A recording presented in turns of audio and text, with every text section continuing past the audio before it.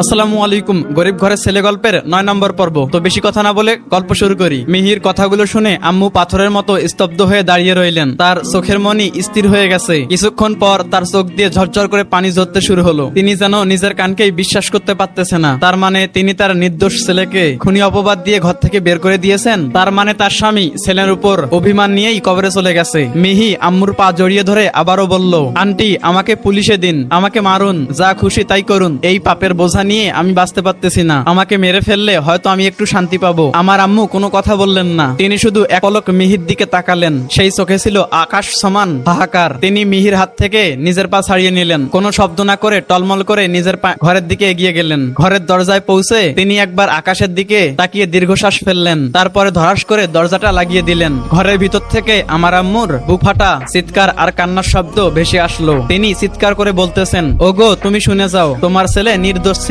আর আমি আমার সোনার ছেলেকে নিজ হাতে বের করে দিয়েছি। আমি এখন কোন মুখে ওকে ফিরে পাবো? বলেই জোরে জোরে কান্না করতে লাগলেন। বাহিরে উঠানে মিহি নিথর হয়ে বসে রইলেন। সে জানতো তার ঘরের দরজা তার জন্য সারা জীবনের জন্য বন্ধ হয়ে গেছে। সেখানে ফিরে গিয়েও কোনো লাভ নাই। কিন্তু আজ থেকে অন্তত এই অভাগা মা আজকে তো জানতে পারলেন যে তার কোনো ছেলে অপরাধী নয়। মিহির মনে হলো এক বিশাল যেন পাহাড় তার বুক থেকে নেমে গেল। যদিও এটা তার কাছে কিছুই নয়। এইদিকে ঢাকায় আলিশার গাড়িতে যখন চড়ে আমি ওদের বাসাতে গিয়ে পৌঁছালাম, তখন আমার চোখ কপালে উঠে গেল। গেট দিয়ে ভিতরে ঢুকার পর দেখলাম এক বিশাল অট্টালিকা, চারদিকে শুধু সবুজ ঘাস আর দামি ফুলের বাগান। রাতের বেলা বাড়িটাকে মনে হচ্ছে যেন একটা স্বপ্নপুরী। আরিশা গাড়ি থেকে নেমে বলল, নামো, চলো চলে এসেছি, ভিতরে চলো। আমি গাড়ি থেকে নেমে দাঁড়িয়ে রইলাম। নিজেকে তখন খুব তুচ্ছ মনে হচ্ছিল। এই রাজপ্রাসাদের ভিতরে ঢোকার সাহস আমি পাচ্ছিলাম না। আমি তোতলাতে তোতলাতে বললাম, আরিশা ম্যাম, আমি কিভাবে ভিতরে যাব? দেখছেন আমার স্যান্ডেলটা কিরকম ছিঁড়ে গেছে, সাটাও ময়লা হয়ে গেছে। আপনার বাবা মা দেখলে কি ভাববেন?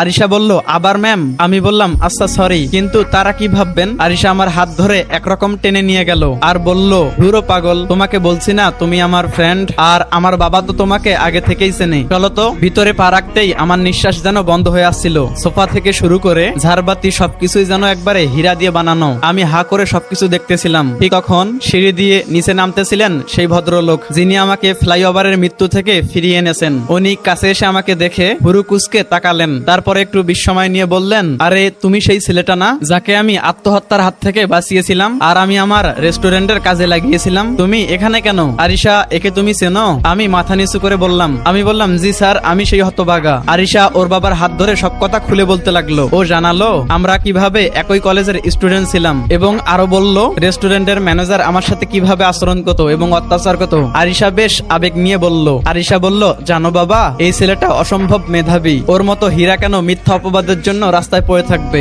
আমি ওকে ঢাকায় ভার্সিটিতে ভর্তি করাতে চাই। আরও এখন থেকে আমাদের সাথে আমাদের বাড়িতে থাকবে। আরিশার বাবা কিছুক্ষণ গম্ভীর হয়ে আমার দিকে তাকিয়ে রইলেন। আমি ভয়ে তখন কাঁপতেছিলাম। উনি বোধহয় ভাবতেছিলেন একজন কর্মচারীকে কিভাবে নিজের বাসায় আশ্রয় দিবেন। কিন্তু আরিশা ওনার একমাত্র আদরের মেয়ে। ওর চোখের পানি আর আবদার কখনো ফেলতে পারেন না। উনি একটা দীর্ঘশ্বাস ফেলে আরিশার মাথায় হাত রাখলেন এবং হেসে বললেন, মামুনি, তুমি যা চাও তাই হবে। আমি যখন ওকে প্রথম দেখেছিলাম তখনই বুঝেছিলাম এই চোখের পিছনে একটা বড় সততা লুকিয়ে আছে। ঠিক আছে, ও আজকে থেকে এই বাড়ির একজন সদস্য। তুমি আরিশার সাথে পড়াশোনা করো আর নিজেকে তৈরি করো। আরিশা আনন্দে ওর বাবাকে জড়িয়ে ধরে বলল, থ্যাংক ইউ বাবা, ইউ আর দ্য বেস্ট। ঠিক সেই মুহূর্তে ড্রয়িং রুমে প্রবেশ করলেন এক মার্জিত মহিলা। ওনার পরনে দাড়ি সিল্কের শাড়ি আর চোখে চশমা, হয়তো আরিশার মা। উনি আমাদের দিকে সবার দিকে তাকিয়ে অবাক হয়ে বললেন, কি ব্যাপার বাবা মেয়ের, কিসের এত থ্যাংক ইউ চলতেছে? আর এই ছেলেটিকে? আরিশার বাবা ওনাকেও সবকিছু খুলে বললেন। আমার জীবনের করুণ দশা শুনে আরিশার মায়ের চোখেও দয়া ফুটে উঠল। উনি আমার কাছে এসে খুব গম্ভীর কণ্ঠে বললেন, আহারে বাবা, কত কষ্টই না পেয়েছো এই বয়সে। চিন্তা করো না, আল্লাহ যখন তোমাকে আমাদের কাছে পাঠিয়েছে তখন নিশ্চয়ই তোমার ভালো কিছু হবে। এটা নিজের বাড়ি মনে করো। ওনাদের এই আকাশ ছোঁয়া উদারতা দেখে আমার দুই চোখ বয়ে জল গড়িয়ে পড়তে লাগলো। যেখানে আমার জন্মদাত্রী মা আমাকে খুনি হিসেবে বের করে দিয়েছেন, সেখানে সম্পূর্ণ একটা অচেনা পরিবার আমাকে পরম মমতায় আপন করে নিয়েছে। আরিশা আমার চোখের জল মুছে দিয়ে বলল, এই আবার কান্না করতেছো কেন? এখন তো হাসার কথা। চলো তোমাকে তোমার রুমটা দেখিয়ে দিয়ে আসি। আমি আমার চোখের জল মুছতে মুছতে ভাবলাম, আব্বু তুমি উপর থেকে নিশ্চয়ই দেখেছো, তোমার স্বপ্ন মরেনি আব্বু। তোমার ছেলে আবার মাথা উঁচু করে দাঁড়ানোর সুযোগ পেয়েছে। এবার আমি সত্যি বড় মানুষ হয়ে দেখাবো। তারপরে আরিশা আমাকে নিয়ে দোতলা রুমে গিয়ে একটা চমৎকার রুমের ভিতরে নিয়ে গেল। ঘরের আসবাবপত্র, দেয়ালের রং, জানালার নীল পর্দা সবকিছুই এত সুন্দর যে আমি আমার নিজের চোখে বিশ্বাস করতে পারতেছিলাম না। আরিশা হাসি মুখে বলল, এখন থেকে এইটা তোমার ঘর, দেখো তো পছন্দ হয় কিনা। আমি বিমোহিত হয়ে চারপাশটা দেখে ধরা গলায় বললাম, পছন্দ হবে না মানে? আরিশা, আমি কোনোদিন কল্পনাও করিনি এমন একটা ঘরে আমি থাকতে পারবো। তোমার আব্বু আম্মু অনেক ভালো মানুষ, যে সম্মান আমি নিজের আপনজনের কাছে পাইনি, ওনারা আমাকে সে সম্মান দিচ্ছেন। আমি সত্যি কৃতজ্ঞ। আরিশা আমার কাঁধে হাত রেখে বলল, কৃতজ্ঞতা পরে প্রকাশ করো, এখন ফ্রেশ হয়ে নাও, আমি তোমাকে ডিনারের জন্য ডাকতে আসবো। বলেই আরিশা বের হয়ে গেল। আমি ওয়াশরুমে গিয়ে হাত মুখ ধুয়ে ফ্রেশ হয়ে নিলাম। রাত 9টার দিকে আরিশা আবার এসে বলল, রাকিব চলো খেতে হবে। আমি আরিশার পিছন পিছন খাবার খাওয়ার জন্য গেলাম। দেখলাম বিশাল এক টেবিল সাজানো, অনেক রকমের দামি দামি খাবার। আরিশার বাবা মাও টেবিলে বসে আছেন। আরিশা গিয়ে একটা চেয়ারে বসে পড়ল। আমি ধীর পায়ে এগিয়ে গেলাম, কিন্তু চেয়ারে বসার সাহসটুকু আর পেলাম না। তাই আমি চুপচাপ নিজের প্লেটটি হাতে নিয়ে মেজের এক কোণে বসতে চাইলাম। আমার এমন আচরণ দেখে সবাই একসাথে চমকে উঠলেন। তারপরে আরিশার বাবা বলে উঠলো, আরে রাকিব, করতেছো কি? নিচে বসতেছো কেন?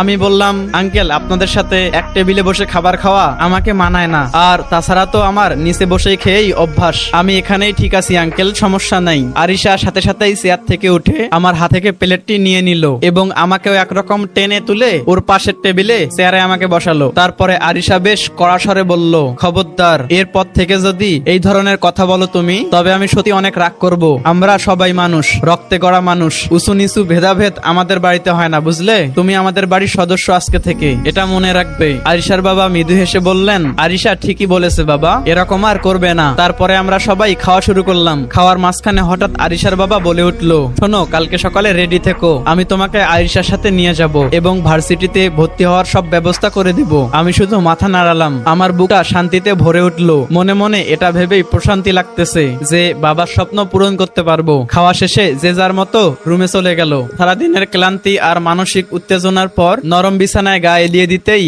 আমি গভীর ঘুমে ঘুমিয়ে গেলাম। পরের দিন খুব ভোরে আমার ঘুম ভেঙে গেল। গ্রামে থাকতে আমি তখন খুব ভোরে উঠতাম, সেই অভ্যাসটা এখনো আছে। আমি দেখলাম বাড়ির কেউ এখনো ওঠেনি, তাই ভাবলাম বসে থেকে লাভ কি? ওনারা আমার জন্য এত করতেছেন, আমি কি ওনাদের জন্য সামান্য কিছু করতে পারি না? বলেই আমি রান্নাঘরে চলে আসলাম। গিয়ে দেখলাম আগের রাতের কিছু বাসন পড়ে আছে। আমি চুপি চুপি সব ধুয়ে পরিষ্কার করে ফেললাম এবং ড্রয়িং রুমে একদম ঝাড়ু দিয়ে পরিষ্কার করে ফেললাম। এমনকি বাগানের শুকনো পাতাগুলো কুড়িয়ে একটা জায়গায় জড়ো করলাম, গাছে পানি দিলাম। কাজ শেষে আবার নিজের রুমে চলে আসলাম। কিছুক্ষণ পর বাসার সবাই উঠে পড়লো। আরিশার আম্মু রান্নাঘরে গিয়ে অবাক, সবকিছু এত পরিষ্কার। আরিশার বাবা ড্রয়িং রুমে এসে চশমা ঠিক করে দেখলেন ঘরটা যেন রোদের মতো ঝকঝক করতেছে। তাদের মধ্যে কথা চলতেছে, এইসব কে করেছে? ইতিমধ্যে আরিশাও ঘুম থেকে উঠে এইসব কথা শুনে ফেলেছে। আরিশা দ্রুত পায়ে আমার ঘরে এলো। আমাকে দেখে আরিশার আগে গজগজ করতে করতে বলল, রাকিব, এইসব কি হচ্ছে? তুমি কি নিজেকে এখনো ওয়েটার ভাবতেছো? তুমি কেন রান্নাঘরে ঢুকেছো,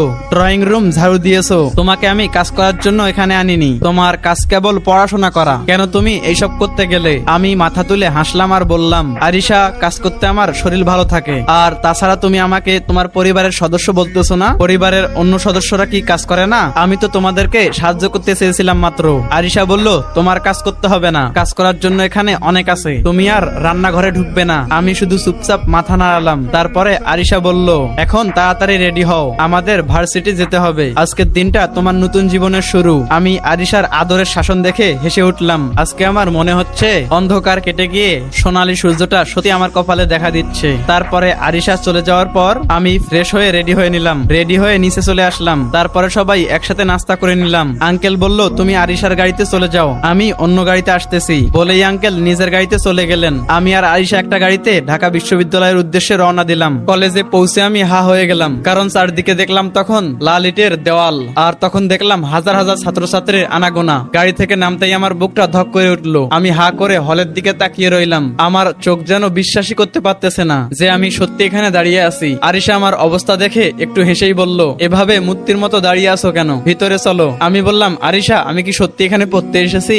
এই জায়গাটা তো সিনেমার মতো সুন্দর, এত বড় আর এত চমৎকার বিশ্ববিদ্যালয় আমি কখনো স্বপ্নেও দেখিনি। এগুলো আমার কল্পনারও বাহিরে ছিল, আর এই অসম্ভবকে তুমি সম্ভব করেছো। আরিশা বলল, এটা তো মাত্র কেবল শুরু, তোমার মেধা অনুযায়ী তুমি এর চেয়েও বড় কিছু পাওয়ার যোগ্য। চলো, বাবা বোধহয় পৌঁছে গেছেন। আমরা হাঁটে হাঁটতে ভবনের দিকে গেলাম। কিছুক্ষণের মধ্যেই আঙ্কেল তার গাড়ি নিয়ে চলে আসলেন। তিনি আমাদেরকে দেখে ইশারায় ডাকলেন। আমরা সবাই মিলে প্রিন্সিপাল রুমের কক্ষের সামনে গিয়ে দাঁড়ালাম। আঙ্কেল ভিতরে ঢোকার অনুমতি নিতেই পিয়ন তখন দরজা খুলে দিল। ভিতরে এসির ঠান্ডা বাতাস আর একটা গম্ভীর্যময় পরিবেশ। প্রিন্সিপাল স্যার তার চশমাটা নাকের বুকের উপর ঠিক করে আমাদের দিকে তাকালেন। তখন আঙ্কেল বলে উঠলো, আসসালামু আলাইকুম স্যার, আমি এই ছেলেটির বিষয়ে আপনার সাথে কথা বলতে এসেছিলাম। ওর নাম রাকিব। আঙ্কেল বিস্তারিতভাবে আমার মেধা এবং আগের কলেজের রেজাল্টের কথা বললেন। তবে তিনি কৌশলে অপবাদের বিষয়টা এড়িয়ে গিয়ে বললেন যে পরিবারের সমস্যার কারণে আমার পড়াশোনার বিঘ্ন ঘটেছিল। প্রিন্সিপাল স্যার আমার আগের মার্কশিট গুলো খুঁটিয়ে খুঁটিয়ে দেখলেন। তার চোখে একটা বিস্ময়ের ছাপ। তারপরে তিনি বললেন,